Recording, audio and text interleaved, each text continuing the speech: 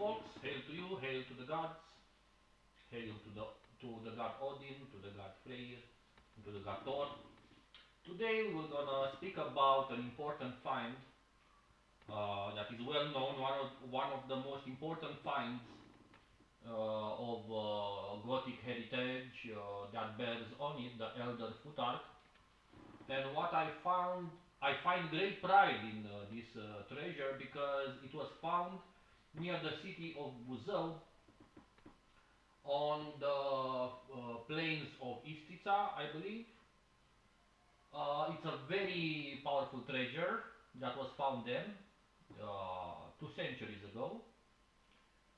It had and it has a very it had a very intricate history. What is important to know about this treasure? One, the ring has an important message in Elder Futhark. It is from between the 2nd and 5th century, which clearly points out not about the immigration of the Goths, but about the fact that the Goths stayed here, where actual Romania is, and mingled with the Dacian people, and mingled with the Roman people also, and their tradition. It was a mixture of traditions there happening. The full Romanization of Dacia lasted a few centuries, not right away. So some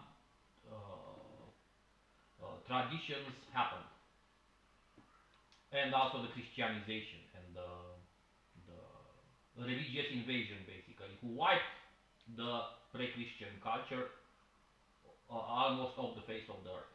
Well, not really, because we have treasures like this who speak a lot about our heritage. And when I speak about our heritage, I speak about the fact that the Bulgarians have runes, the Hungarians have runes that resemble Dacian runes from here, from the Goths. The Dacian priests used runic Gothic runes, also in the Futhark. Ukrainians, so when I speak about Ukraine, Hungary and Bulgaria, I speak about Thracia, actually, because we speak about pre-Christian periods. And we were all one big people. We all have the same myths. We are a big family that share a wide variety of folklore. We share a common spiritual background. We are brothers and sisters because our ancestors were one people before the Roman Empire divided us and before Christianity wiped our traditions away. So, this treasure has many meanings. For example, this ring, the gold from which it was made, it is a gold that was excavated and mined, actually, mined is the proper word. Sorry guys, English is not my main language, so I'm trying to get across to you as best as possible what I want to say. This gold was mined in northern Dacia. So this ring of Elder Futhark was, the gold from it was mined in northern Dacia. They made some research about it. The rest of the treasure, the minerals from it and the gold and whatnot from it was mined from all over the world. Persia, all over the world. It's the Gothic people were big hoarders of treasure. So, but this ring was mined here, and it was done here. This means that the Dacian people had love for the Gothic people. We have Gothic settlements in the northern Moldavia. We have many. We have also a Celtic burial ground found near Cluj. So the Romanian people of today are the grand 10x grandsons of people who actually embrace the culture and spiritual practice with the runes, much like the Nordic priest, there is a stone in Gotland speaking with great pride and mentioning ancestors or fights with Dacians from the northern of Moldavia. So, us, the Dacian people, and the Goths were like this in terms of spirituality. Their priests spoke and practiced almost the same stuff as we did. Their priests and their warrior caste had brotherhoods of wolves, like we the Dacians have. We also had a standard. The Dacian standard was made with the head of a wolf, and stuff like this. Okay, so very important, very important. What is the meaning of this? The saying on this ring. We will get into depth with all the what the pieces of treasure, what they mean and stuff. uh, you can find information about this on Wikipedia. The treasure is at the National Museum of History in Romania. Um, so if you ever arrive to Romania and visit the National Museum of Romania, uh, have your eyes on this one because it's a treasure to behold. It is a true spiritual heritage of the Dacian people. Okay, people make a big difference between the Goths and Dacians, but actually not. This is an ignorant statement. For example, there are sayings and writings of old of other people than Herodot who spoke about Zamoxe as a Gothic priest. Okay, he was not only the disciple of Pythagoras as many think, but he was also a priest, king, initiate who actually practiced with the runes. Now, I will dedicate an entire video to that also. So, let us read about it a bit. So we have here. So, the saying on the ring, it's Gutani ovi hailag. Read as Gutani, hallow the wealth of the gods. Or Gutani I we hailag, hallow the year of the gods. Gutani ing we hailag, hallow the god of the gods Ingvi. Which with Ingvi being the ancient name of the god Freyr, the ancestor of the Swedish or East Danish ancestor Ingwas, who is like Agni, who is like a god of fire, he is a god of Soma, and he is also a god of the poetry, the mid of poetry, presented in the Eddas and basically at the center of all cultures of Indo-European origin, like Soma, Middle poetry, and whatnot. So this is a sacred treasure. When they found the treasure was hidden under a natural mass of intentionally put there of earth. So we know for sure that people initiate of those times, priests of those times, when they did hid the treasure, that treasure had some enchantments on it. Was with a ritual. It was not done without thought and without ceremony. At least some type of magical protection was there. So I do believe that's why the treasure has not spilled its beams to the public, has not spilled its beams and its mysteries to the world too much. And that's why some runes, at least one rune there, it's not seen. Because spiritually speaking, and this video is for initiates and it's addressing not academicians but practitioners.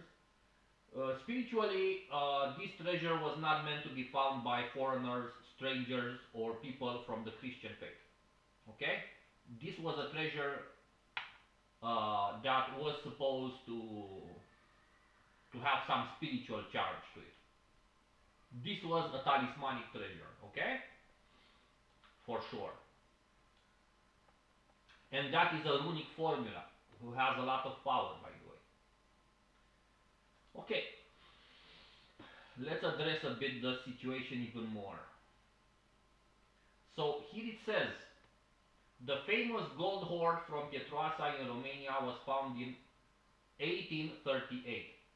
Although only 12 of the 22 original pieces still exist, it remains one of the most impressive witnesses to the Goths in the migration period. With this I contradict them. That was not a migration period. They stayed around here and they made friends with us. And they had common settlements with us. Treaties, practices, common priesthood. When two peasants discovered the treasure in 1837, it had probably been wrapped in skin or leather and hidden under two massive stones. It weighed around 20 kilos and consisted of 22 pieces. Unfortunately, the treasure was later stolen and only 12 remain in the collection of the National Museum in Romania. So basically the puzzle of the treasure, the entire meaning of its purpose, was cut in half by people who were greedy. By the way, guys, do you know who stole the freaking treasure and made it almost impossible to have it all? Someone who was a Christian priest, or someone with deep ties in Christianity. Continuing, preserved were a very large plate, a small plate with a goddess statue, a small plate with a goddess statue. So this is a religious thing. Okay, what was the small plate with the goddess statue? Let's make this a bit bigger. A small plate. Where is the goddess statue here? Aha, look. Here it is, on the right, on the right. We can look here at the mother goddess. A plate with a small goddess in the middle. That was not a plate to eat from. That was a ritual plate. Who would that mother goddess be? Gods, the Nordic people, worship the Divine Mother in the form of Freya, Gulveig. Could be Gulveig. Okay? So, very important. So, this is a highly charged spiritual treasure. This is not your usual treasure found randomly. And I know why through that Christian who tried to destroy the treasure, uh, worked very dark forces. You know? Because the purpose of that guy was to destroy the heritage that could lead back to some kind of a source or origin. This is all personal stuff, guys. I'm saying here personal interpretations. This is not an academic video, okay? This is a video addressing people with an alive connection to the tradition. If you are just in your mind and in your intellect only, I highly encourage you to be analytic and critical also, but connect a bit with your heart to this treasure, which for me, this treasure puts Romania on the map of the runes, puts Romania very high there. Eastern Europe was a big cradle for the runic tradition. So we have the goddess on the plate, good, a small fibula and two bracelets set with stones. Preserved were a very large plate, a small plate, okay, a smaller golden ring and the fragments of a third, the one with the runic inscription. So we have the most important one with the runic inscription, this was a ring of oath. This was an oath ring. People sworn oaths on it. And the goddess on the plate was part of an altar. So that thing on the right there was part of a bigger altar. Two polygonal vessels, an elaborate collar, a smaller golden neck, ring, and fragments, plus four fibulae designed as eagles. So four eagles.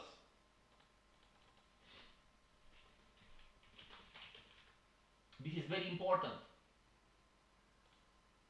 The eagle, in Norse mythology, the eagle, storm pale, wind bleached, wind witherer, vedrfolnir, is a hawk sitting between the eyes of an unnamed eagle that is perched on top of the world tree Yggdrasil. The unnamed eagle is attested in both poetic Edda, compiled in the 3rd century, and earlier tradition. No, no, no, no, no. Okay. So the eagle represents the head of the tree of life, and represents the head here, and represents the initiate. And there are four trees mentioned in Eddas, maybe one eagle for each. But the idea is this. No, this is a stretch. But the idea is this. Powerful Nordic symbolism. So we have the goddess and we have the eagle.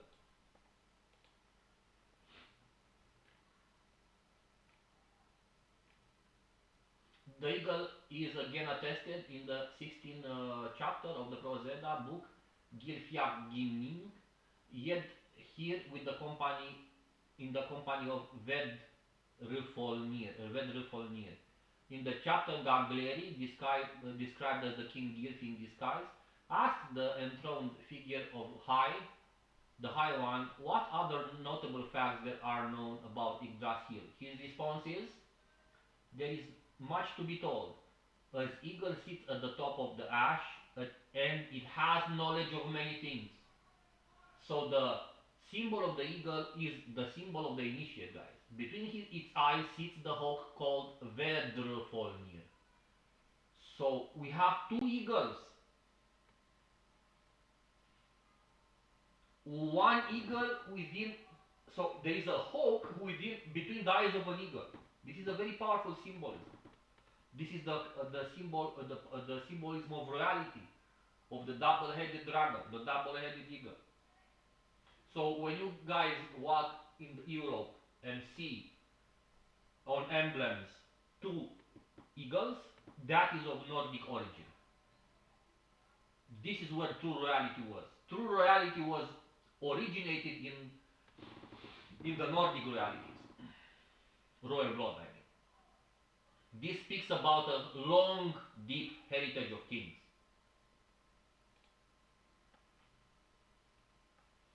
Okay, let's continue. Recent studies of the treasure have dated to the beginning of the 5th century. Some say 2, some say 5, it's a debate. Apparently part of the barbarian royal treasure, it shows the culturally mixed assembly of Roman as well as barbarian artifacts. I don't like the guy here who says barbarian and Roman.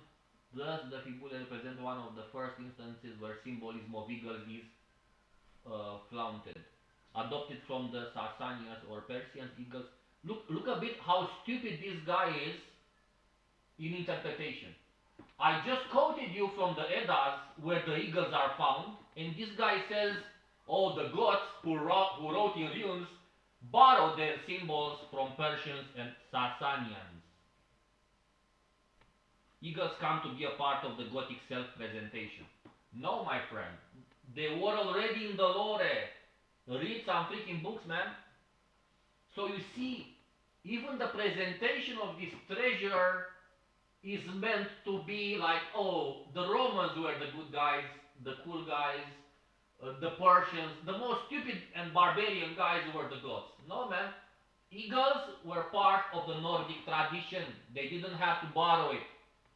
This is how you destroy the image of the treasure, not build it up. On the other hand, the golden tableware and the drinking vessels indicate the ambition to imitate Roman representative rituals. That's bullshit, man.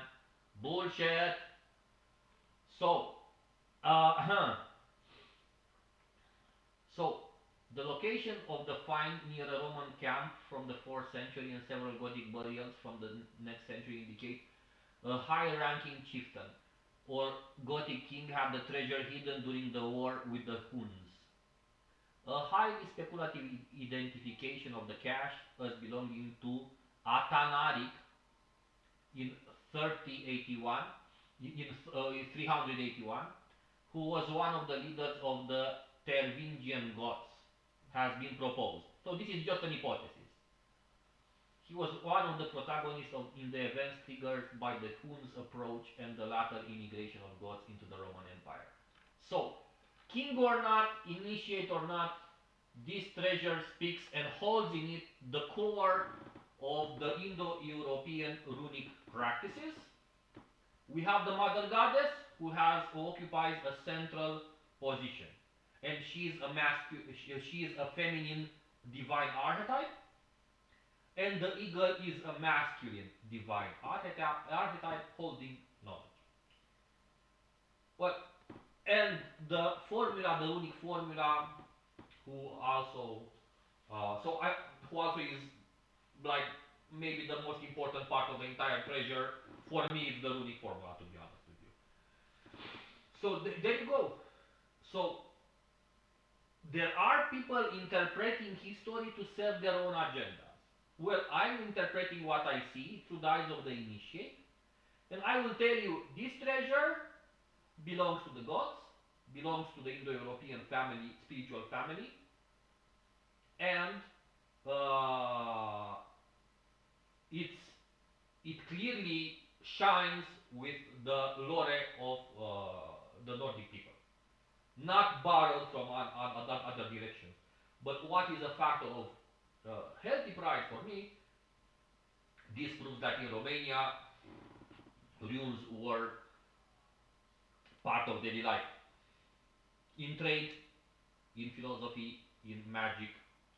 Because think of this, guys. Think of this very important thing. Dacians absorbed the Latin language. But what made you think that if Dacians absorbed the Roman habits and language so fast, and they were good friends with the Goths long time before Romans put their stinking foot on these grounds, what makes you think that the Dacians didn't absorb also the runic culture much more faster? But the Goths were not invasive, were not as invasive, and they had a very similar culture with the Dacian people. Almost, I would say, identical in many places. Okay? So, food for thought. Uh, this is not the only artifact, and these are not the only runes found in Romania. Although this is quite a big treasure in the heart of Romania to find a treasure that contains powerful symbolism, powerful central symbolism, runic formula that is around which the treasure and its energy gravitates, basically. Okay, so this is a sacred treasure, this is a magical treasure, this is not your everyday treasure. Okay, so that's why I wanted to make a video for my followers on YouTube. Well, from this perspective, a more mystical or analytical perspective, okay? Anyway, guys, hope you enjoyed the video. I will make more like this for you and help you.